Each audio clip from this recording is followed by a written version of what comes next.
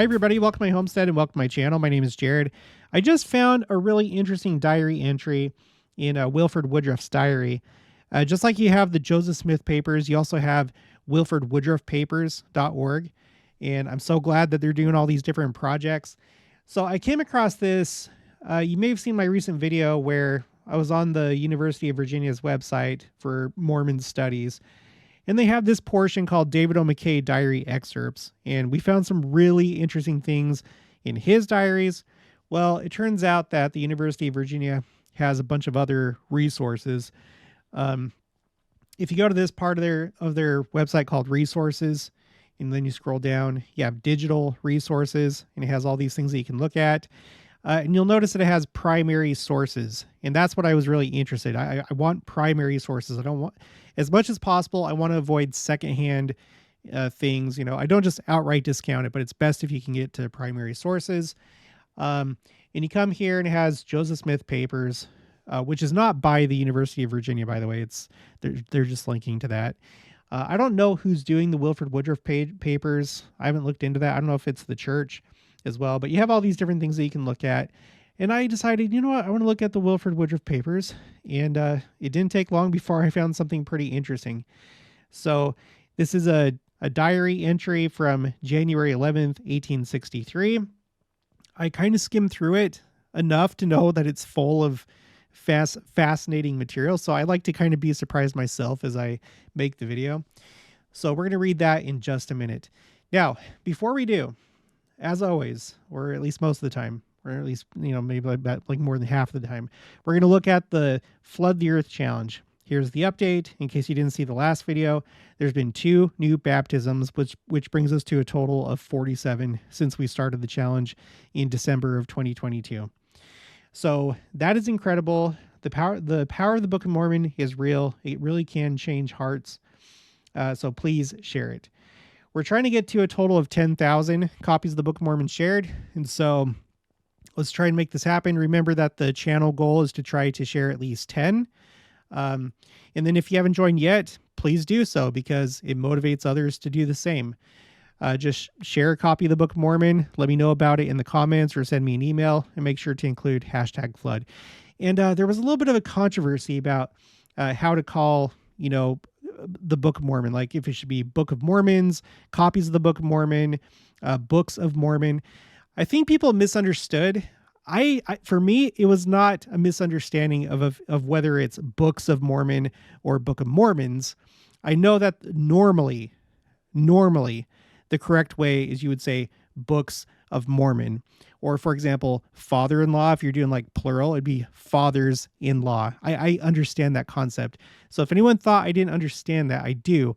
The question really was, is it supposed to be, because like you have people that debate all the different ways. Okay, that's what I was pointing to. Now, what I'm going to do, and I'm glad that somebody pointed this out. This is Meir Kinsman, and he pointed out that in the church style guide, they say that what you should do is refer to it as copies of the Book of Mormon, not Books of Mormon. Now, grammatically, if it wasn't for this style guide and the church's preference, you would say Books of Mormon, just like you say mothers-in-law rather than mother-in-laws. Okay, you're right. That's the grammatical way to do it. But according to the church style guide, which is something that I adhere to, as I put together my spreadsheets, I reference this. When I first started, I was just kind of doing whatever, but then I realized I wanted to get it all standardized. I went with the Chicago Manual of Style, but then I discovered that they have this church style guide, 8th edition. And so it's basically based on the Chicago Manual of Style, but there's some differences. And so I'm going with this. So whenever I refer to it, just like I have been up until up until this point, I'm going to continue to call it copies of the Book of Mormon rather than Books of Mormon. But thank you for all your input. And no, I never thought it was Book of Mormons. I knew. Okay. But copies of the Book of Mormon, according to the church, like how they want you to say it, or at least like for whatever publishers and stuff like that. Okay. So thank you, Meir Kinsman 2576. Let's jump into this entry from January 11th, 1863. And you guys, I can tell you this. I don't know exactly everything it's going to say, but it is going to get kind of wild. Very interesting. President Young preached in the afternoon. He read the vision given to Joseph Smith and Sidney Rigdon. Then he preached upon it. He spoke of various glories and different characters who would occupy them. Let me just stop right here. By the way, the transcription, it's a direct exact transcription. So when there's like spelling errors, grammatical errors, it's because they copied it over exactly how it was written in the diary. Okay, so he said all children who died in childhood would go to the celestial kingdom, and their mothers, if they do not keep the celestial law, will not go where the children are. It will never see them again, but the children will be given to others. And that makes sense, right? And we actually kind of talked about this recently, not in the sense of the celestial kingdom, like that will be the case, what he's saying right here. But I was talking recently about when there's the burning of the earth, when the wicked are destroyed, and you have to be living either a terrestrial or a celestial law, which I think there was some confusion when I was talking about that. That doesn't mean to say you have to be a member of the church. There are many people throughout the world that are living a terrestrial law. Okay, it's like all the good people of the earth. You have to be living a terrestrial law or a celestial law to move on into the millennium. If you're living a celestial law, you're not going to move on. You're counted as the wicked. Go to my spreadsheet called quotes A through Z. I have those quotes there. So undoubtedly, there's going to be families where, you have both parents that are living a celestial law, but their children are worthy of moving on into the millennium. So I wouldn't be surprised if in the millennium, at least at the very beginning, there's going to be a need for adoption. There's going to be like a great need for adoption. I don't know how many, obviously, but that's probably going to be a thing. Okay, but continuing. He said many interesting things. I met with the 12 at 5 o'clock for prayer. O. Pratt, which I think is Orson Pratt, prayed. Ezra T. Benson, not Ezra Taft Benson, there was an Ezra T. before him, was mouth. I attended meeting at the 14 Ward Schoolhouse. O. Pratt preached a very singular discourse. He spoke of building the New Jerusalem in Missouri, said we must not build. Now look at this. Now this is kind of interesting. Said we must not build log houses, as the city would be translated and they would be everlasting habitations and would remain forever. Now let me just stop here. It's coming from Orson Pratt. I'm not one to question general authorities, really. I realize that sometimes they speculate. Not everything that they say is doctrine. I understand that.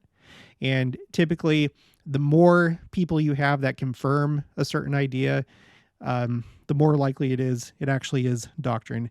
But I don't just discount things because only one person said it. So if this is the case, I don't know. If it was Joseph Smith saying it, I would definitely take that to be true. Joseph Smith was he's the head of this dispensation. And I think I would probably do that with any president of the church.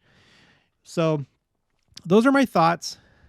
I don't know if this is true, but that's a really interesting idea.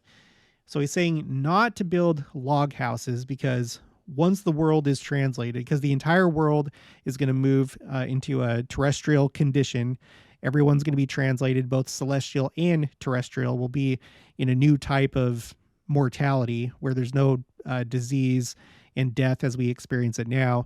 You'll live until you're 100 years old. And then at that point, you'll be changed in the twinkling of an eye and be resurrected. So everyone is going to be translated. That's still in mortality. But he's saying that for some reason, with the New Jerusalem, log houses would remain the same if that's how you built it. So I don't know. I think I might take that one with a grain of salt, but I guess we'll see. Okay. And they would be everlasting habitations and would remain forever. He spoke of the starry heavens. He did not think the sun or any star which mortal eye could see were celestial bodies. I suppose that means celestial kingdom worlds. But as soon as a world became celestial, it could not be seen by man, no more than a spirit could be seen or a resurrected body by mortal man. And before you say anything, before you type anything, it seems, I think that is pretty much true. Resurrected beings, and also those that are translated, by the way. We learned this from chapter 28 of 3rd Nephi, where the whole chapter is essentially about the three Nephites. And when you read in there, it talks about the fact that they have to pray to the Father to reveal themselves to whoever they're administering to. So it would seem to me that their default mode is unseen. And if that's the case with translated people, then I'm sure it would be the case with resurrected people, although they can appear to you. We know that Angel Moroni appeared to Joseph Smith, Christ, Moses, Elias, Elijah appeared in the Kirtland Temple, Christ appeared in the Salt Lake Temple to Lorenzo Snow, and many other accounts. So they can appear, but the idea that like the default is that they're not visible to mortals, that makes sense to me. It makes sense. In speaking of the creations of God, he said they could not be numbered. And to illustrate it, take a cubit inch of fine sand and with a magnifying glass number the millions of particles of sand in the cubic inch, then multiply the cubic inches into our globe, then multiply the cubic inch of 1 million of millions of worlds, and this would not be the beginning of the creations of God. And yet his curtains are stretched out still. And from all the creations of God, he had taken the Zion of God into his own bosom. He referred to different astronomers who had in ages past marked upon their maps the starry heavens, and many of those fixed stars had since been removed. So, I don't know, okay, and could not be seen. He believed that when this earth was consumed by fire, reorganized and became celestial, so that would be after the millennium, and become celestial, that it could not be seen by the inhabitants of any planet in our solar system or by any except a celestial body. So he thinks that once you become celestial, it's not just the people, it would be the planet itself, which would make sense because for whatever reason, the earth, even though it's not a human being, it's going through a similar process as what we are. Like it has laws given to it. It was baptized at the time of Noah and the flood. When the earth is burned, it's going to be its baptism of fire. So for whatever reason, the earth is going through like a similar process that we human beings are. And so if the default as a resurrected being is you're not visible, you're not typically visible to mortals, then that would make sense that it would be that the planet itself would not be visible. Okay, the Zion of God must be a vast body if it contained a Zion from all the creations which God had made. Many remarks were made by Professor Pratt, and he carried our minds so far from home.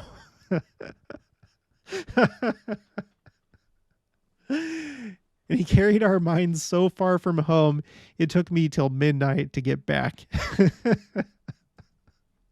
We're going to read a few more things. And actually, one of them is about Orson Pratt, something that Brigham Young had to say about Orson Pratt. So I have an entry on my quotes A through Z spreadsheet for space. It's currently on row 224, but these rows change all the time because I'm always adding new things. So going back to the very beginning, the older, I have it chronologically ordered. So the older things are toward the right. So starting with Revelation chapter 4, verse 6, it says, and before the throne, so this is when he's having a vision of like the throne of God and I suppose like the celestial world that God inhabits. And before the throne, there was a sea of glass like unto crystal. And in the midst of the throne and round about the throne were 4 beasts full of eyes before and behind. Just really quick, without going off on too much of a tangent, Joseph Smith said that these 4 beasts were literal. They weren't a symbol. Later on in the book of Revelation, you have a beast that rises out of the sea, and it's composed of like the different animals from Daniel and his vision of the four beasts. Like you take those four beasts together, those which represent empires, and you put them all together. That's what John saw, which makes sense because through time you have these empires that rise and fall, but their remnants, continue. Their traditions and science and learning, they continue on in time, but they all kind of get like molded together. And that's what we have in the last days. But these beasts, according to Joseph Smith, are actual beasts, but not the eyes. The eyes, like in front and behind and all over, that is like symbolic of like their spiritual sight, and knowledge and things like that. Okay, Revelation 15, 1-3. And I saw another sign in heaven, great and marvelous, seven angels having the seven last plagues, for in them is filled up the wrath of God. And I saw, as it were, a sea of glass mingled with fire, in them that had gotten the victory over the beast, and over his image, and over his mark, and over the number of his name, stand on the sea of glass, having the harps of God. And they sing the song of Moses, the servant of God, in the song of the Lamb, saying, Great and marvelous are thy works, Lord God Almighty, just and true are thy ways, thou King of saints. Okay, so another more imagery of the sea of glass. D&C 130, verses 1-11. And the Savior shall appear. When the Savior shall appear, we shall see him as he is. We shall see that he is a man like ourselves. And that same sociality which exists among us here will exist among us there, only it will be coupled with eternal glory, which glory we do not now enjoy. John chapter 14, verse 23, the appearing of the Father and the Son in that verse is a personal appearance. And the idea that the Father and the Son dwell in a man's heart is an old sectarian notion and is false. In answer to the question, is not the reckoning of God's time, angels' time, prophets' time, and man's time according to the planet on which they reside? I answer yes. But there are no angels who minister to this earth, but those who do belong or have belonged to it. That's an interesting thing because there's all sorts of like weird ideas out there that you have, angels that come here from other places, other planets. That's not true. All angels, whether it's a pre-existent spirit that hasn't come to mortality yet, or whether it's like a translated being, or whether it's a resurrected being, they're all from here or are coming here, because they haven't been born yet. Okay. The angels do not reside on a planet like this earth, but they reside in the presence of God on a globe like a sea of glass and fire, where all things for their glory are manifest, past, present, and future, and are continually before the Lord. So I suppose that means that, if you have already been resurrected, so Christ was the first, I don't know about translated beings. It could be the city of Enoch. The Lord received it. Anyway, no, I think I have a quote about that. Never mind. But at least for like resurrected beings that have already been resurrected, the only resurrection that has taken place so far is celestial. And it's going to, and then at the beginning of the millennium, you're going to have like the main event, like the main celestial resurrection. Later on in the millennium, you'll have the terrestrial. But so far, it seems that if you've been resurrected, then you are at that place. You're not, you can make visits here, I'm sure, but it seems like your place for right now is with God, like in the presence of God. Okay, the place where God resides is a great Urim and Thummim. This earth in its sanctified and immortal state will be made like unto crystal, and will be a Urim and Thummim to the inhabitants that dwell thereon, whereby all things pertaining to an inferior kingdom, or all kingdoms of a lower order, will be manifest to those who dwell on it, and this earth will be Christ's. Then the white stone mentioned in Revelation 2:17 will become a Urim and Thummim to each individual who receives one, whereby things pertaining to a higher order of kingdoms will be made known. I don't think I've ever noticed that detail. So it's like the planet itself, it'll be a Urim Thummim, but it's for all things pertaining to an inferior kingdom or kingdoms lower. But if you have the stone, like your own personal stone, that's for things that pertain to a higher order of kingdoms that will be made known. So the planet for lower kingdoms, to see things of lower kingdoms, and then the stone for higher kingdoms. I never noticed that before. And I've read this scripture like a million times. But now I'm doing YouTube and I'm like really digging into it. Okay, and a white stone is given to each of those who come into the celestial kingdom, whereon is a new name written, which no man knoweth, save he that receiveth it. The new name is the key word. So, yeah, the new name is the key word. It's so interesting, isn't it? It's going to be wild to get to that point. So think celestial so that you'll go to the celestial kingdom and be able to enjoy these really interesting things. Okay, now we're looking at Brigham Young in Journal of Discourses, Volume 1, page 351. If I look through my telescope and my friends inquire how far I can see, I tell them I can see anything in sight, no matter how far from me the object may be, but I cannot see anything out of sight, or that which is beyond beyond the power of the instrument.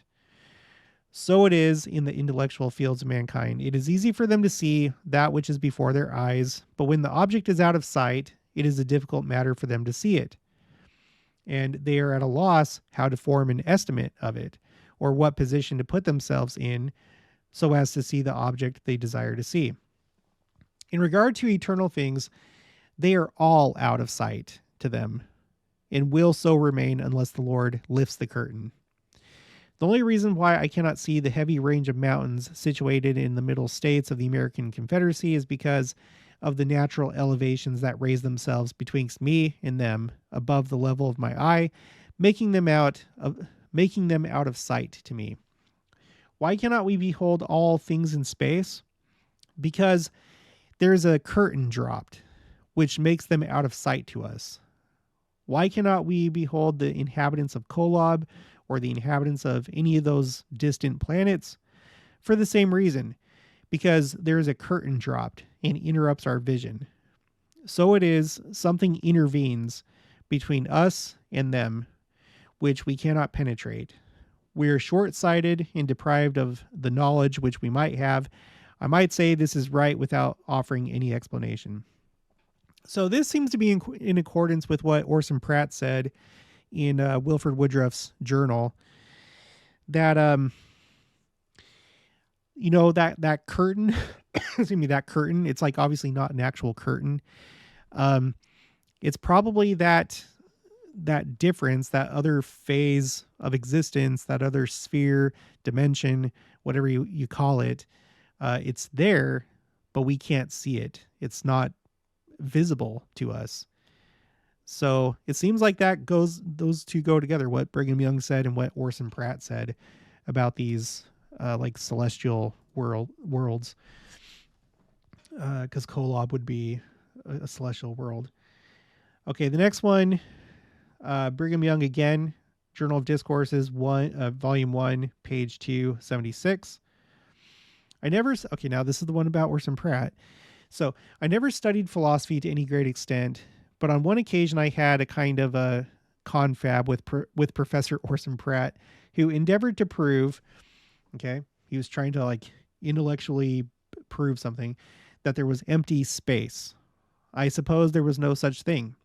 He thought he had proved it, but I thought he had not proved a word of it, and told him the idea was folly. After hearing a good many arguments from him and other men, his colleagues in learning, I wished them to tell me where empty space was situated, that I might tell the wicked who wish to hide themselves from the face of him that sitteth upon the throne where to go, for they will then be where God is not. If they can find empty space, to argue such a question as that would be to confute my own arguments in favor of other truths I have advocated and oppose my own system of faith. We believe that God is round about all things, above all things, in all things, and through all things. To tell about empty space is to tell of a space where God is not, and where the wicked might safely hide from his presence. There is no such thing as empty space. I guess that would go along with the idea of, there is no space where there isn't a kingdom, and there is no kingdom where there isn't a space. And obviously, Brigham Young, he's not talking about God being like an omnipresent, like God has a physical body like we do, but his search, his gaze, his, presence, like through the Spirit, does fill the immensity of space. I suppose the Holy Ghost fills everything. We don't know exactly how that works, but okay. Okay, here we go. Brigham Young again, Journal of Discourses, Volume 7, pages 162 to 163. I can get rid of that. I forgot to do that. The Lord has instituted laws and ordinances, and all have their peculiar design and meaning. And though we may not know the origin of the necessity of being baptized for the remission of sins, it answers that portion of the law we are now under to teach the people in their ignorance that water is designed for purification, and to instruct them to be baptized therein for the remission of their sins. If the people could fully understand this matter, they would perceive that it is perfectly reasonable and has been the law to all worlds. I guess I should highlight that. I've had this quote on here for a while, but okay, to all worlds. And this world, so benighted at present and so lightly esteemed by infidels, as observed by other clements, when it becomes celestialized, will be like the sun. Okay? It'll be like the sun, and be prepared for the habitation of the saints, and be brought back into the presence of the Father and the Son. It will not be an opaque body as it is now. An opaque is where you can't see through it. It will be like the stars of the firmament, full of light and glory. It will be a body of light. John compared it in its celestialized state to a sea of glass. So, before I read this thing from Orson Pratt, I was thinking that the sun could actually be a celestial world, but now I'm starting to doubt that when you put it all together. It seems like the sun is something different, and we don't have to like get down to it. Like, this isn't essential doctrine. It's just interesting, and just because it's not essential doesn't mean that we shouldn't read it. Like, let's just be aware of it. We'll find out these things for sure, later on in the millennium or in the celestial kingdom, but it's interesting for now. So anyway, okay, so there's that. Let's go on. Made a mistake here. This is Wilford Woodruff. It's what we just read, and he was mostly talking about what Orson Pratt said. Okay, and here's the last one that I have for my entry for space. Brigham Young, Journal of Discourses, Volume 13, page 268. Who can tell us of the inhabitants of this little planet that shines of an evening called the moon?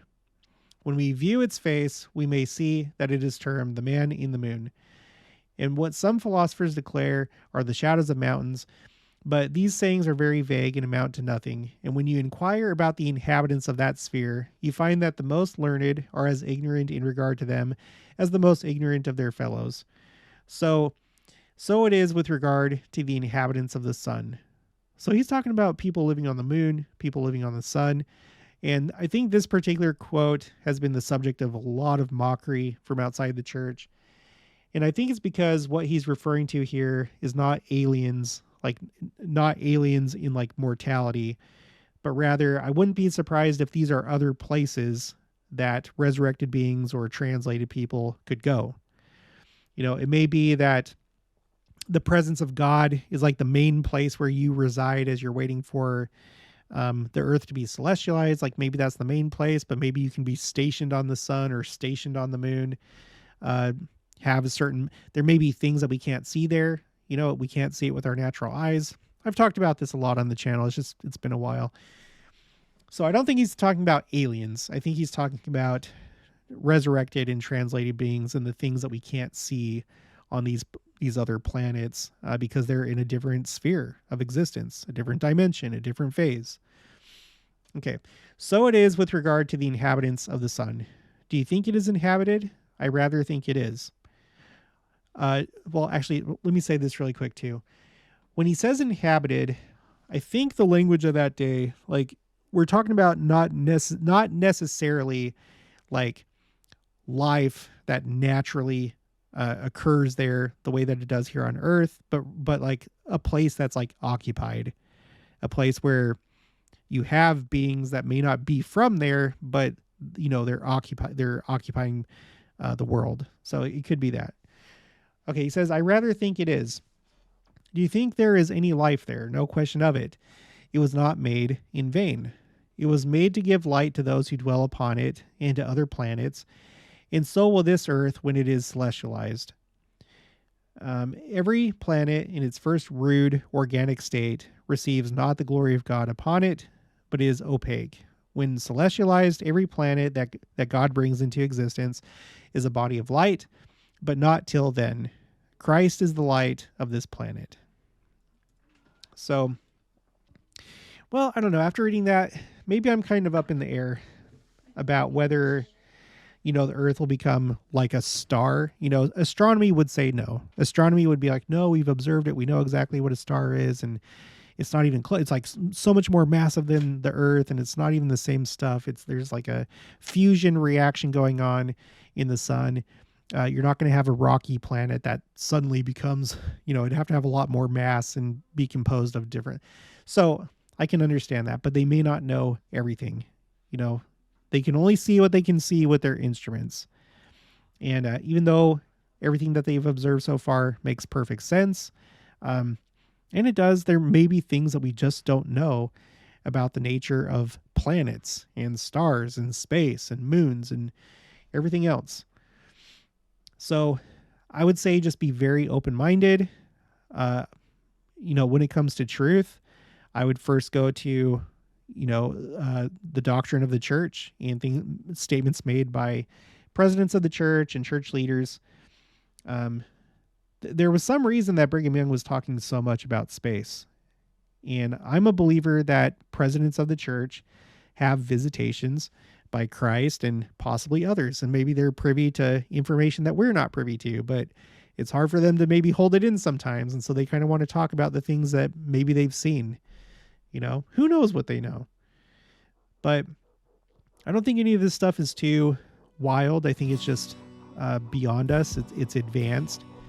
And once the world is translated during the millennium, maybe a lot of this stuff will make more sense.